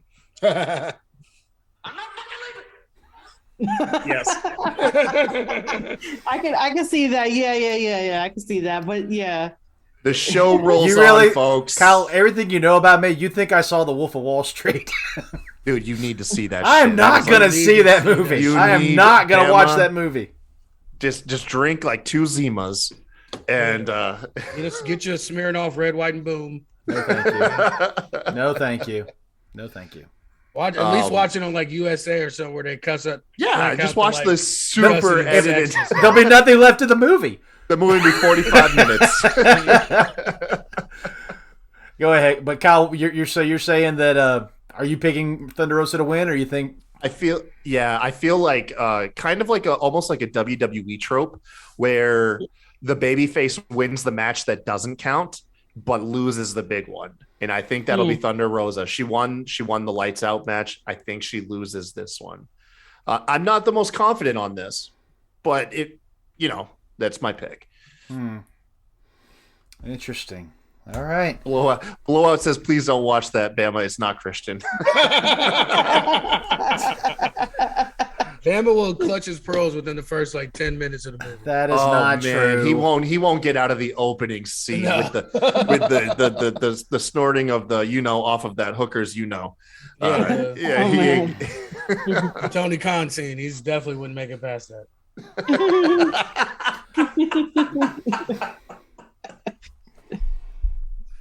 Oh man, I love making Bama blush. All right. Oh, let's move forward. We're going to be here all night, but good conversation. Next match. Wow. This may have eclipsed Roman Reigns as the best story in pro wrestling right now. CM Punk, MJF, probably the final payoff, the dog collar match. Throwback to Cody Rhodes and Brody Lee. Throw it back even further to Roddy Piper versus Greg the Hammer Valentine. What an apropos match for this. I am going to start down here with Marie. Are you hot, cold, or warm for this match? I'm going to go with warm. I do give a lot of props to MJF. He dragged me into this fucking story because of his bullying story that he told everybody and made it so real. And I was just like, all right, I'm captivated by this. Did you buy it? Yeah, I did. Wow. I'm not gonna say that it's fake or whatever, but I was like, yo, you got me. You pulled my heartstrings. You did a very good job. That he did. That he did. Yeah, he did a very good job. And then Punk coming out and just really saying, yo, is that true? And then MJF being like, it's true. That was more for the icing of the cake. Yes. My only issue is that dog collar matches are very specific, especially for when you need to use them. Yes. This whole feud just seems like it's been over a couple months and it feels like it's just promos. And then to all of a sudden have a dog collar match, you don't have any bad blood yet. It wasn't like when CM Punk fought Raven in that dog collar match. Yeah, it is Raven. It's been so long. Yeah, it was Raven. Yeah, but this doesn't have the build up as to why you would need a dog collar match. But other than that, I will be going with MJF for this victory because with me it's still fuck Punk. Yep. If you don't know what she's talking about, go back and watch our Full Gear preview show, or our All Out preview show. I'm sorry, and you'll A year of this, and you'll see it. No, I agree with a lot of what she said though. RN, hot, cold, or warm? I'm warm on this one. I was hot until MJF did the fucking double turn shit, making us sad and shit for him. Like, I hate that shit. Like, that pissed me off more than anything. He's been the biggest dickhead in the industry for 4 years, and you want to wait to the biggest feud of your career to fucking throw that out there? Like, that pissed me off more than anything. But I'm still hoping it's a good match, and I hope Punk loses. I'm fucking sick of Punk. I'm sick of his promos. I'm sick of him saying the same shit over and over again. Mm-hmm. Like the subpar matches because he's out of shape and that's not that part. I'm not really too hung up on because I know it takes a little while to get in the ring shape, but it's just like this is not what I thought it was going to be in any way, shape, or form. So like it's been a letdown in my eyes. And if you go back and check my top 10, he's in it all time. But yeah, so I hope MJF wins. Hey, RN, did you see AEW's social media a few minutes ago? What'd you say? Did you see AEW's social media a few minutes ago? No, I didn't. What they posted. CM Punk is going to talk tomorrow on Rampage. Of course it is. Well, that part I'm not even mad about. That's his show. I'm just kidding. They didn't post a thing. I'm just so sick of. Okay, I want to hear from anybody else in this company. Why do I have to know every time this guy speaks? That's all I'm saying. Kyle, hot, cold, or warm? So I am going to be wild hot for this match. I think, which is, by the way, the second hottest hot sauce you can get on the Buffalo Wild Wings menu. Wild. Yeah, wild hot. So, and it's because I'm heavily hoping it plays out in my head how it should play out. I hope it plays out where MJF gets the win, ultimately, and that's who I'm predicting to win it. Is MJF. But also to piggyback off of what RN says, even though I have a different excitement level for the match, I share a lot of the same opinions. I am tired of the happy to be here Punk. And it's the thing is I think people are ready for or are on the cusp of ready for heel Punk. The thing is Punk at his best heel is he's resentful, but the problem is he can't be resentful towards the company because the company's giving him everything he wants. So the resentment has to turn and be towards himself. And that's, in my mind, that's how that plays out. And the way that self-resentment maybe starts is what a lot of heels, how they start is losing, and who knows? I mean, play it from there, whether he has to take shortcuts and gradually decline into heel-like nature. But Punk has got to be pissed off at something. And hearing him being a beacon of light and being pissed off at evil because he's trying to be good, it's running its course super fast. And so I'm hoping that this is like the catalyst of both the elevation of MJF into the mainstream title picture, top feuds on the show, and then also Punk's decline into some version of himself we've yet to see, So I have a lot of high hopes in this match, and it makes me excited for it. I'm also excited. Over here in the chat, Kevin Crazy's like, RM be like, why would a dastardly heel dare use manipulation to be evil? That was sarcasm. And then he said, I know. I'm slow grinding on Kevin because he's been gone for a while, so I'm gonna no sell his shit. Oh yeah. And then he said people need to go to just the gas station. They got better wings than Buffalo Wild Wings. Hey, look, I'm not claiming B-Dubs is good wings. It just has a lot of sauces that I can relate to this show without repeating the same sauce. Like, no, their wings are ass. Don't get me wrong. Their wings are ass. Their sauces are the only reason to fucking go there. Yeah. This is not to put over the wings. This is just how to incorporate two gimmicks. Yeah, 100%. You want some really good wings? Wingstop, my friend. That's the best wings I've ever had in terms of a chain restaurant, anyway. Yeah, aren't they partnered with Pizza Hut, right? No, that's Wing Street. Wing Street, big difference. Big difference. Yeah. Like 10 layers of flavor difference. Big difference. I got you now. And I am absolutely white hot on this match. This has been, like I said, one of the best stories in pro wrestling. I've loved every minute of it. The build has been just fine for me. They've been going 3.5 months, and they had back and forth words. MJF, ran from him. He had to go through basically the entire pinnacle to get to MJF, and then when he finally got MJF in a tag match, MJF would never tag himself in. So being the chicken heel he is. Then they do finally schedule the match, and MJF beats him twice in his hometown in Chicago.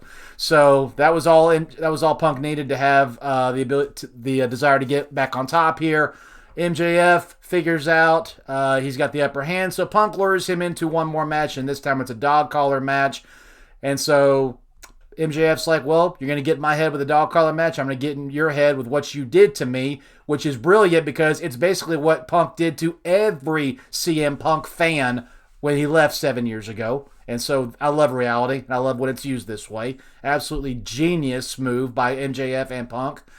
Then when Punk came out with that white shirt on, and he called MJF out, and MJF had all white on, I'm like, I know exactly what's about to happen here. It was so that kind of took it out for me because I'm like, okay, I know exactly what's going to happen. I know that this is going to be where the swerve is. They're not going to wait. But Punk's known for wearing other wrestlers' t-shirts, though. He just came out wearing a Daniel Bryan shirt. No, what I'm saying is when MJF walked out in all white, I was like, I know what's about to happen. So it was a bad joke. I'm sorry, Bam. I was just trying to tell a joke. So I was just saying that he was wearing an unofficial Bryan Daniels t-shirt. That's all. Yeah, I thought that too, but I just didn't want to say it. All right, I'm bad. My bad. No, you're fine. You're fine. It's a best wrestling shirt in the world. You can get about a 5-pack of them for Walmart for $5. Anyway, so that was great. Oh. So, You're late. Yeah, he messed his light up. He rage quit and messed his light up. Shit. Oh, I'm about to turn into a goddamn. Oh, now I'm all bright. Oh no, I fucked it all up. I'm not editing this, by the way. This is so great. Anyway, back to the story. So that was great, and I don't care if I'm the odd man out here. This is set up perfectly for Punk to go over. They set him up easily on Wednesday to get to be the one left battered and bloody. So he's going to get his final closure here. He's been beaten twice. He's been outsmarted. He's been outgunned on the mic as well. He needs to end this, and he needs to go over. But it won't be a full-on clean finish here because what's going to happen is Wardlow's going to come to the back holding that ring. MJF's going to get in his face and say, great, once you win that title, it's mine.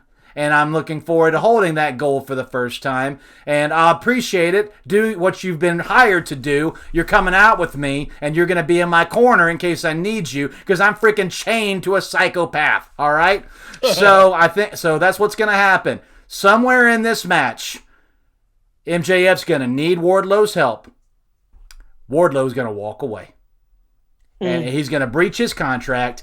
And that's all CM Punk's going to need to choke his tail out and put him down with the Anaconda Vice with the chain wrapped around his wrist, around his elbows, around his head. And I'm looking forward to when that picture is done. And I cannot wait to see the end of it when that little chicken weasel screams like a little girl and taps his tail out. And then when he comes to the back battered and bloody, he's going to get a powerbomb symphony. Story's over with CM Punk, Wardlow, and MJF going forward. And I'm here for it, and I hope Wardlow powerbombs him 24 times in their match. 24 times, because it's my favorite number, and I'm going to go, yay, for every single one of them. It's so silly. God damn. Oh, gosh. Oh, okay. All right. But no, I'm looking forward to it. I think it's that. It says the man said 24 times.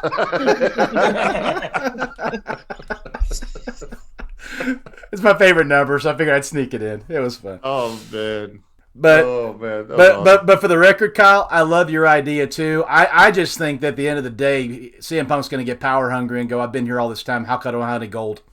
I think eventually he's just going to get hungry, and that's what's going to. Think so? I think so. It happens. I think It's so. gonna I happen. mean, yeah. I mean, it's not like it's out of the realm of possibilities. Because forgive me if I'm wrong. Didn't he reference it right before MJF got in his face and go, whoever's the end of this next thing with Hangman and Bryan Danielson, I want in, kind of thing. So he said he said yeah. he was over MJF on the way to the belt, and if right MJF's there. in the That's way, it. Yeah. Yeah, then MJF can get it. Yeah. You know. Yep. And then he just went back to MJF. But I mean, you're right too. I mean, if they want to play the self-doubt thing or self-loathing thing, because everybody forever said the thing that made CM Punk so brilliant was he was anti-establishment, but he always played the victim too. So if that's his psychology, then your idea completely works. I just think the natural next feud is Wardlow and MJF, and that's the way you get to it. So that is a way to, yeah. But we'll see. Tony Khan likes to be, a crazy chess player. Like he moves his knight straight instead of an L. It's like he loves to do crazy stuff. So we'll see. Anyway, next match, we got 2 left. Actually, no, this is the last. No, this is the last match. Here we go. The main event for the AEW World Heavyweight Championship. Hangman Adam Page, who is believe in his 3rd month as AEW World Champion. November, December, February. Yeah, he's crossing into his 4th month after this weekend. Going up against arguably the hottest number 1 contender in the company right now, Adam Cole, baby. And I'm going to start this one. Yeah, I'm hot for this match. Made no bones about it. When I see Adam Cole, I see Shawn Michaels, and Shawn Michaels is my favorite of all time.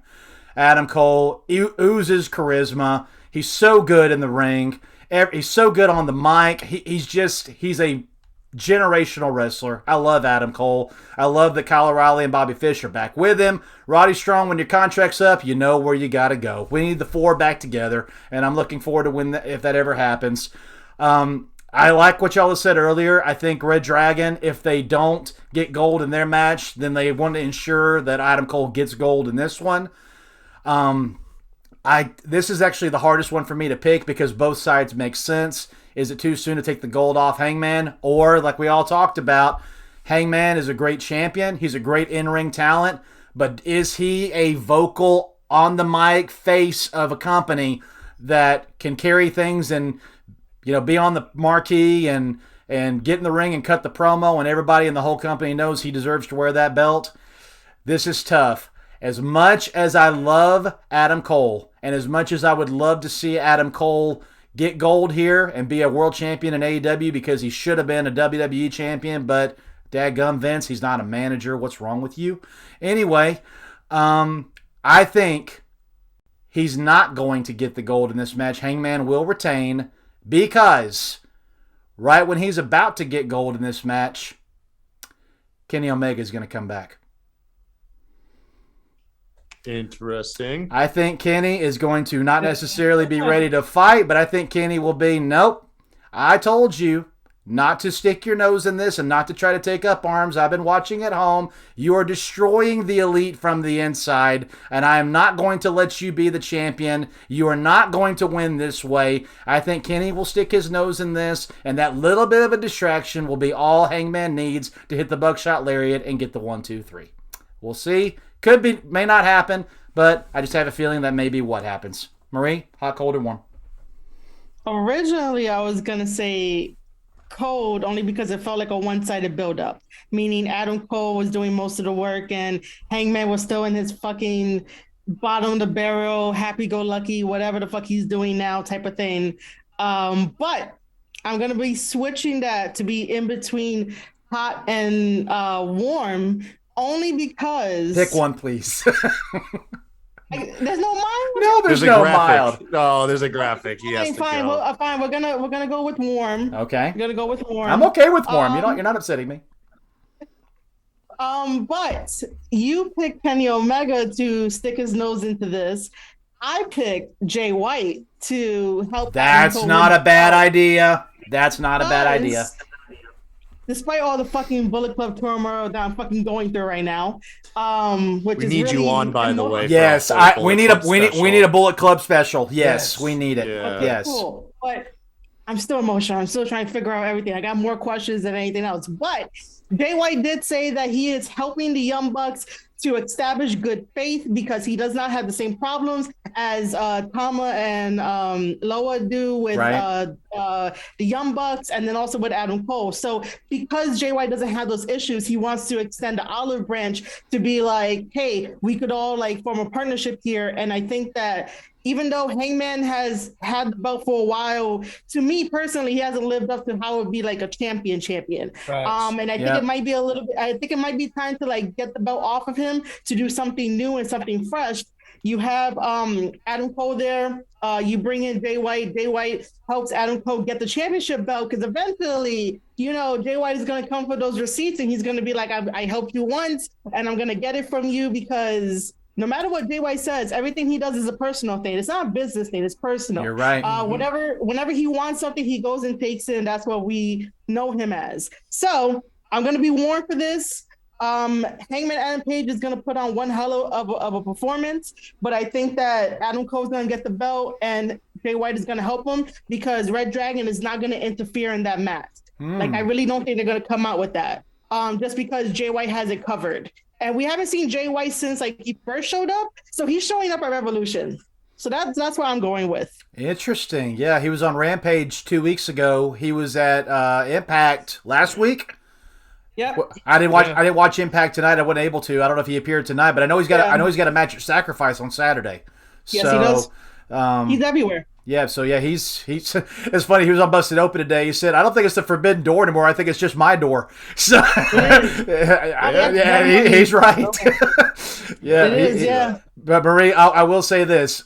If your scenario happens, I definitely won't hate it because I'm becoming a big Switchblade fan, and I would love to see what he's kind of trying to do here with the Bullet Club. Because forever I've been like, okay, there's been this underlying back and forth Civil War tease tension between the Elite and Tama and Loa, and everybody's like, well, why are they even arguing? Jay White's the leader. What's he got to say about this? And then he shows up in Impact and he gets in the face of the Good Brothers, and then he recruits Chris Bay. And I'm like, what the heck? Where's the heck all this going? So there's they kicked Tama and them out and brought the Good Brothers back in. I know, that's what I know. Hold on. I'm talking about like Bama was getting there. No. I was gonna stop there saying that I know all that happened recently, but there's like a 3-month lull where I was like, what the heck is this? What? It's like a real slow burning story. So you're gonna have to like get me on the next one for this whole entire shit to break it down. I would love to hear it. My ability. Yeah, we're doing it. We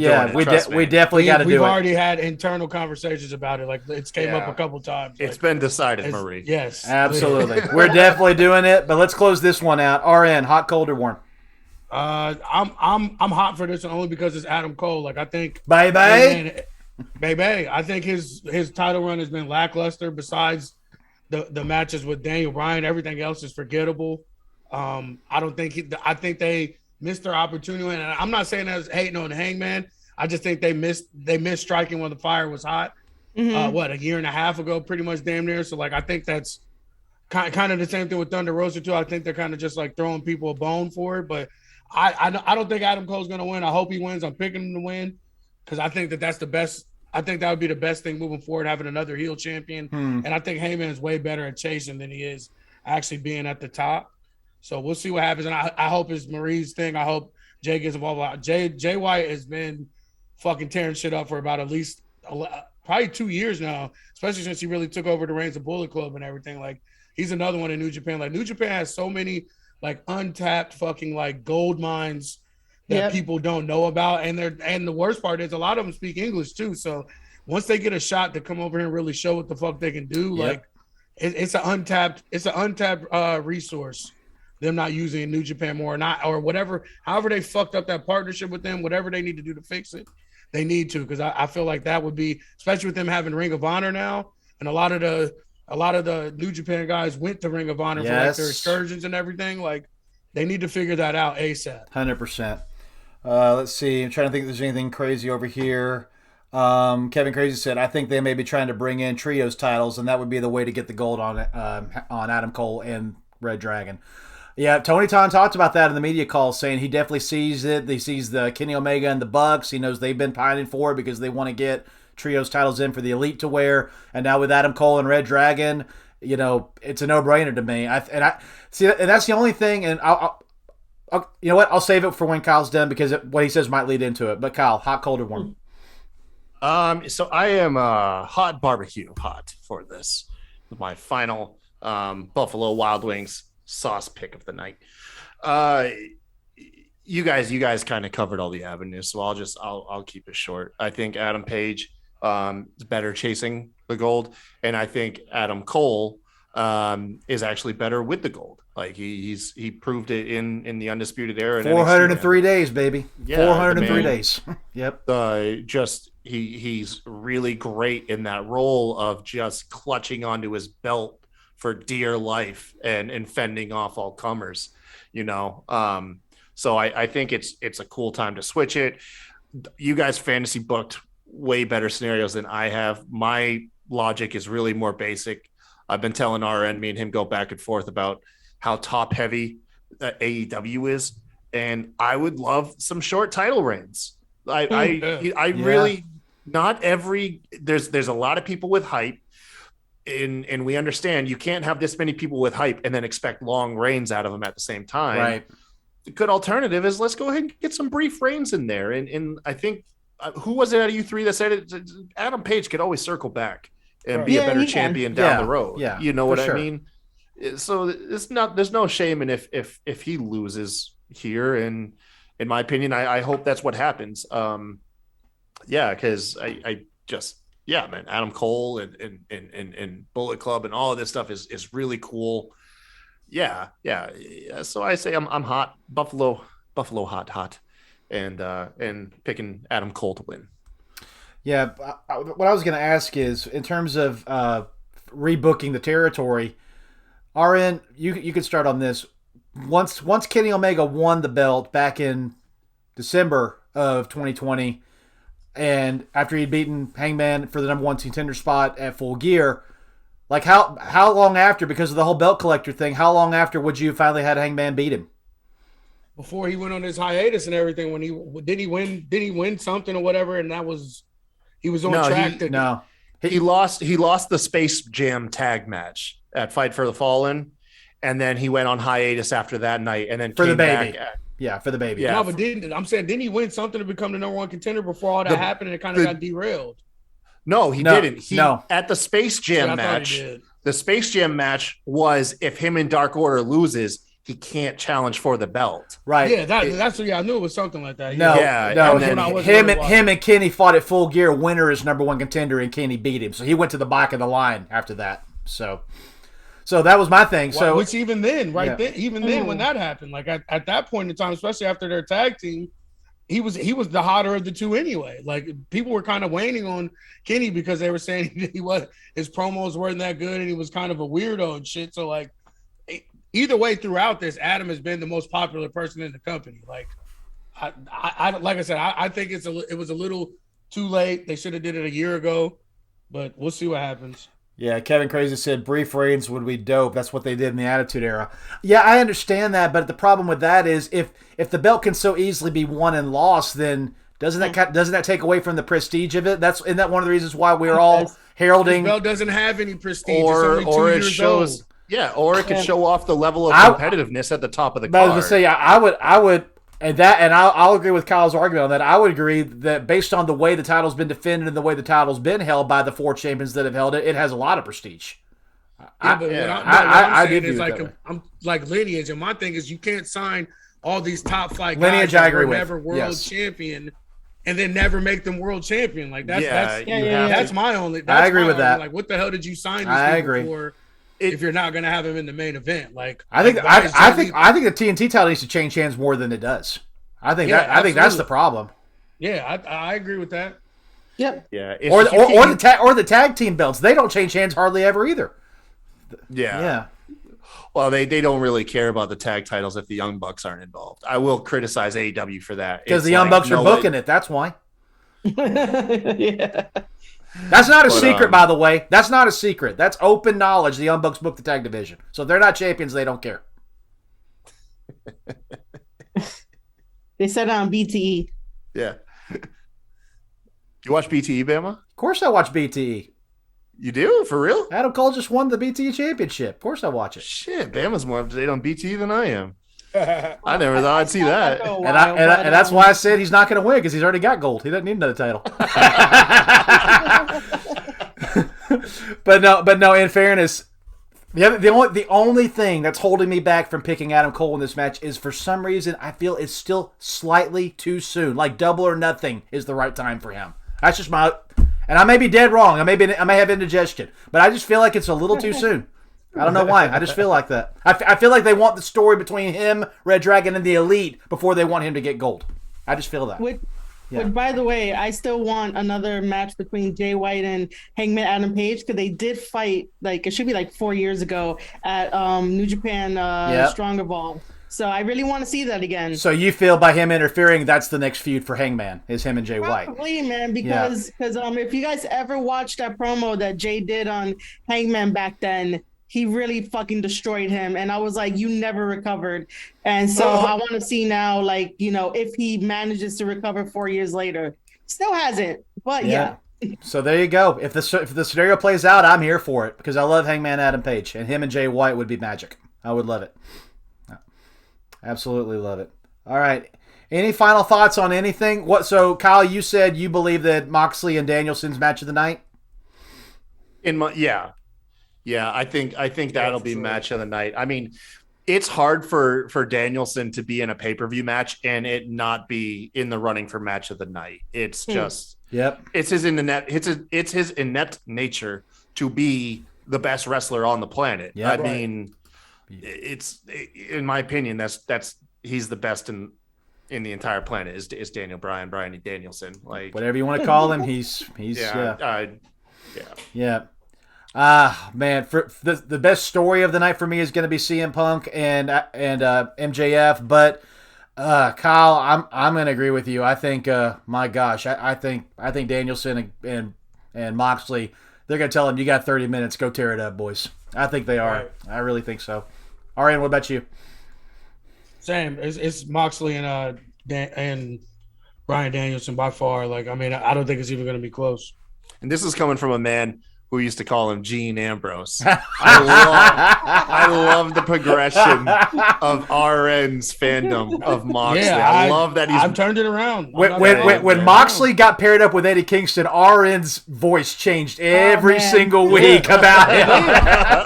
It did. Yeah. It really, like, I don't know what it is. To me, like, I don't know if it was just being around Eddie and, like, getting some of that rub from him or whatever with his promos. Like, I actually started believing the shit that was coming out of his mouth after that. Like, it wasn't just, like I said, he, to me, up until that point, he was still Dean Ambrose. Yep. Like, without the mask.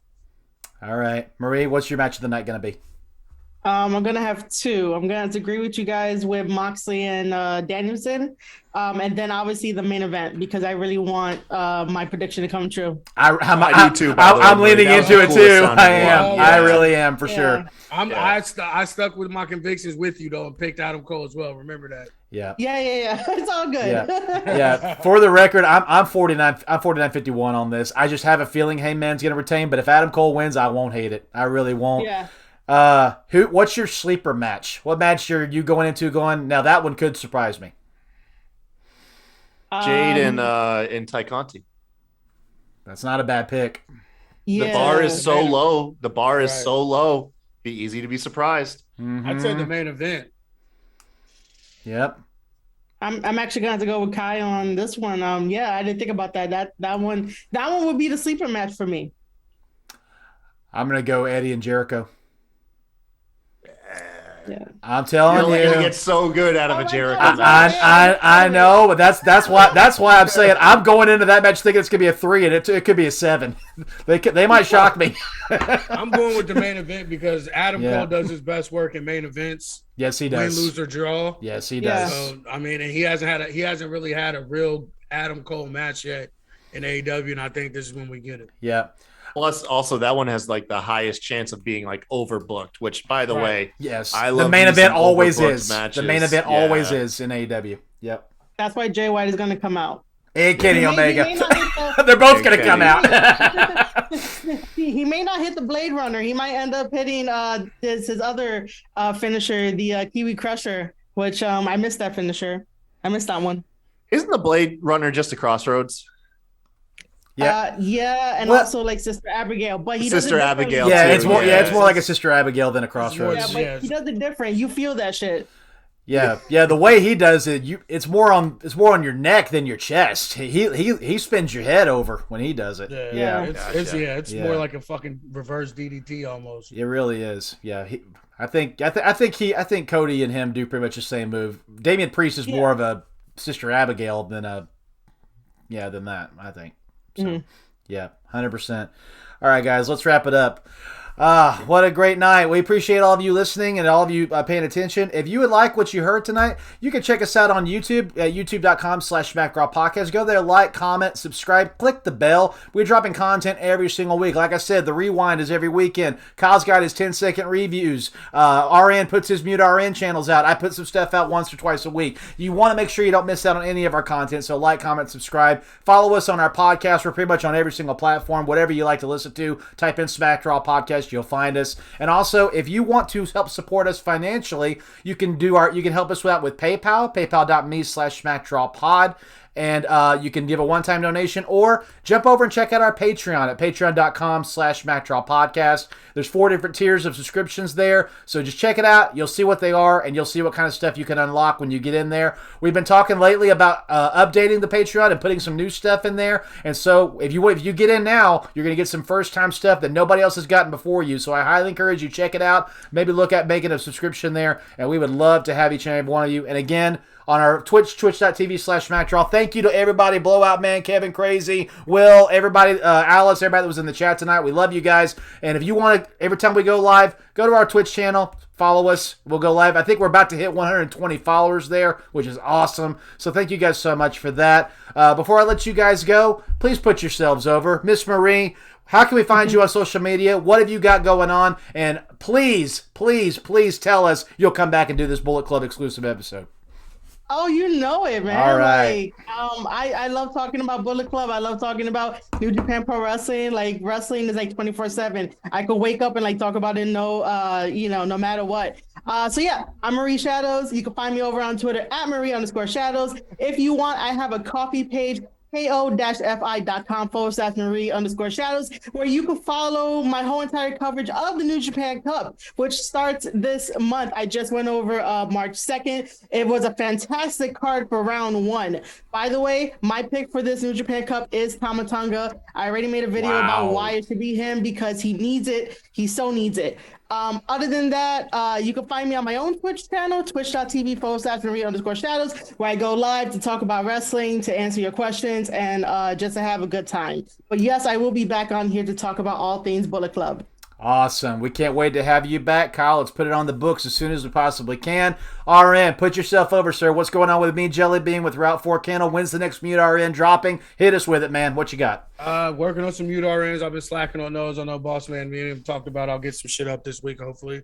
We got a litter on the ground right now of American Pocket Bullies.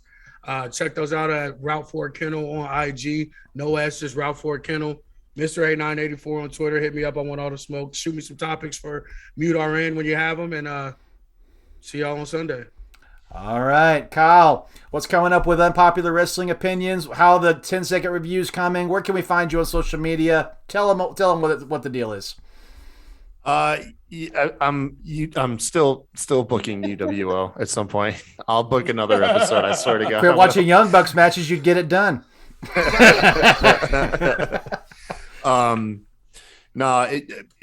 It's going to be more important than booking UWO is just making sure that we book Marie Shadows to do the Bullet Club special on the Rewind and not the Bammer Slammer. So I'm going to be trying that. And then you can also find me on Twitter at the Kai Tai Show. Come shout at me, not only about pro wrestling, but MMA as well. I've been having some fun. UFC's been some hotness lately. But yeah, I mean, that's really it, Bama. You covered everything else. If you guys like the stupid 10-second reviews, thank you. Because, like, they're really dumb. They're awesome, man. I am so happy you like them because... Yeah, they're fucking fire. They're my favorite. They're amazing. Because I do them, and then I feel silly. And then you guys telling me that you like them is what allows me to keep being silly on air. But, yeah, check them out. If you ever want to condense the overall review of a show like Raw, SmackDown, or Dynamite, you name it, into a 10-second format. That's what I hope to accomplish, and I think I'm doing okay at it. All right. Pretty damn good. You can follow me on Twitter at BamaDave24. You can follow the Bammer Slammer podcast at Bammer Slammer. And you can follow our brand SmackDraw at SmackDrawPod on Twitter.